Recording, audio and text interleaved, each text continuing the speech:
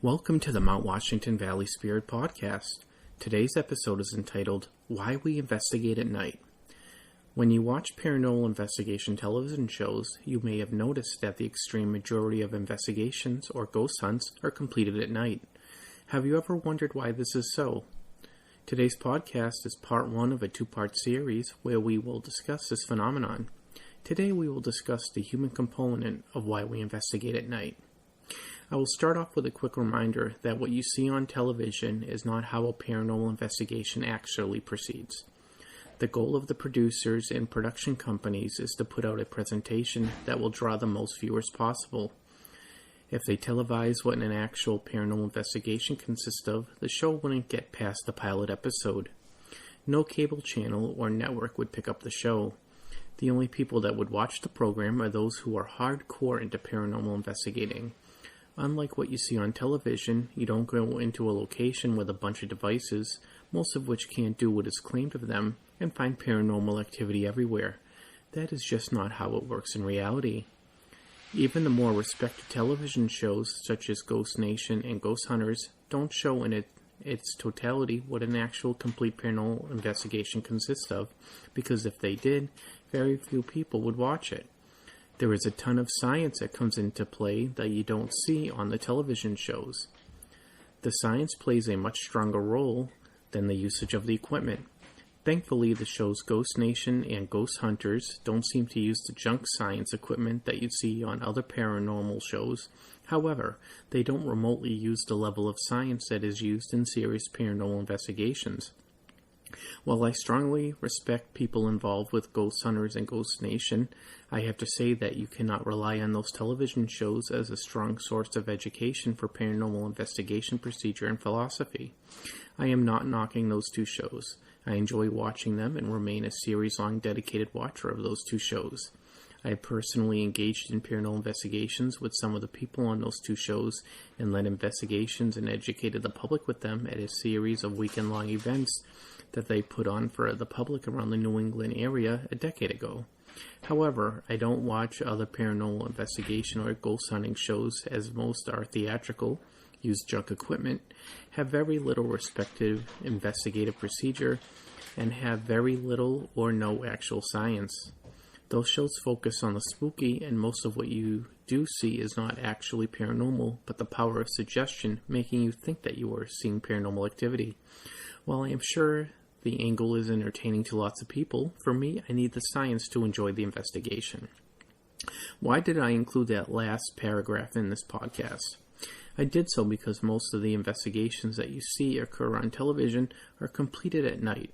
However, their reasoning isn't scientific for the majority of the television shows.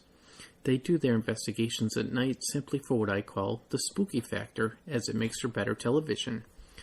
Picture the television shows doing their investigations during the day. They don't use any of the science that is better used at night, so day or night wouldn't make a difference. However, the television shows would have a much different feel to them if the investigations were done during the day. I personally choose to do investigations after dark, but that is completely due to scientific reasons and not for any level of the spooky factor. Some time ago, I asked one team leader why they did their investigations at night, and they said because you can't see orbs during the day. I gave them a long explanation as to why orbs are not paranormal and why people began to believe that they were. I then asked them to answer my question without their false premise on orbs weighing in on the answer, and the person responded that it was because that's what they learned on television. I have seen time and time again very well-meaning paranormal investigation groups completing investigations based upon what they saw on television. They didn't realize that what we see on even the most respected television shows is only a few pieces of a much larger puzzle. A synonymous situation would be watching a television show about a police investigation. Just like paranormal television shows, you are seeing highlights of an extremely more in-depth and time-consuming investigation. An actual police investigation can take weeks, months, or even years, including hundreds or thousands of hours of work. But you will see it shrunk down to 30 to 60 minutes of highlights, not including commercials. The same goes for paranormal investigations. Serious paranormal investigations can take dozens or even hundreds of hours of work involved, but you only see the highlights on television. However, even the more respected television shows don't use much science in their shows, so my reasoning for doing paranormal investigations at night aren't going to be something that you have heard about on television shows. Please also keep in mind that paranormal investigations and ghost hunting are two completely different things. A ghost hunt is an event purely for enjoyment and typically includes very little or no science. Almost anything is perceived as paranormal because that is what the event is for, to have fun finding the spooky. A ghost hunt is a one-and-done event with no investigation involved. A paranormal investigation includes a lot of science and research and can take dozens or hundreds of hours, while a ghost hunt may be just a few hours long. I know over the past decade many people have been incorrectly using the terms interchangeably, but they are two completely different things. When it comes to ghost hunts, they are always almost done at night for the dark, spooky factor. There isn't any explanation beyond that it is solely for the spooky. It is a very rare event that you see a publicized ghost hunt being done during the day. The same goes for ghost walks, which is another form of ghost hunt. While the majority of paranormal investigations are done at night, there are some reasons that this is done that are not due to scientific reasons. Firstly, paranormal investigation is an unpaid venture unless you are on television, and even at that, it usually doesn't pay enough to where you don't need to have a few side gigs to make ends meet. People have to work full-time jobs unless they are retired, and usually do so during the day so they can investigate in the evening and at night. In most cases, clients feel more comfortable being present during investigations for security reasons, and if they work during the day, they are only available in the evening and at night for investigations. Frankly, some investigators just do it for the spooky factor, so because to them it is more fun to do so in the evening. There is a huge spectrum of the seriousness and skill set of those involved in the paranormal field. On one end, you have the recreational ghost hunters who like to see the spooky and have very little or no knowledge of related sciences or how any of the equipment that they use actually works or what can interfere with them. They only go on ghost hunts for the fun of it and see paranormal everywhere. Low mid-range is the stuff that you see on Ghost Adventurers, where they do perform an investigation to some level, but almost no science is involved, and you will see them use any piece of equipment, even those that don't contain any actual science behind it. It is more of a glorified ghost hunter level of dedication to the field. Mid-range, you may have a paranormal investigator who does investigations at the level that you see on Ghost Hunters or Ghost Nation. They are knowledgeable and could teach basic and some advanced investigative procedure and use some various sciences in their investigations. They may put the science before the spooky, however they see more things as potentially paranormal than those who are further on towards the high range of my hypothetical spectrum due to not diving deeper into various sciences. Low-high range would be someone like me who is very familiar with a wide variety of sciences and employs them during investigations, focusing on the science over the spooky.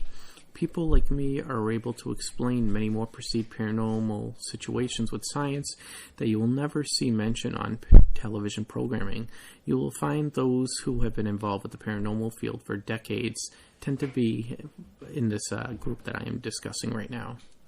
Those of us in this group will exhaust what scientific knowledge we have before entertaining the thought of something being paranormal. We also confer with a network of people who have master's and PhD degrees to get expert opinions on situations that could have a scientific explanation before considering it to be paranormal. Then you have the educated elite, who are paranormal investigators who have master's degrees or PhDs in sciences that take their knowledge above my well-informed skill set. They tend to be able to explain even more situations away with science and will only perceive something as paranormal after all science has been exhausted. What I described is not meant to be perceived as a pecking order where one is better than the other. It comes down to what you enjoy and how much you dedicate yourself to the field. Due to this wide spectrum of levels of interest and knowledge, people in the field do things differently based upon their preference and skill set. It is synonymous to the sports world. Some people couldn't care any less about it and pay it no attention. Some see it as a business full of scandals and don't take it seriously. Some look at the results online or in the media, but don't typically have the interest enough to watch the games on TV. Some people watch the games, but pay very little attention to stats or things going on outside of the games. Some people watch the game, understand all of its rules, and keep up on statistics and some behind-the-scenes stuff. Some people are super fans and know everything that is going on. Someone may go beyond the super fan level and be interested in the biological and physical sciences behind the sport.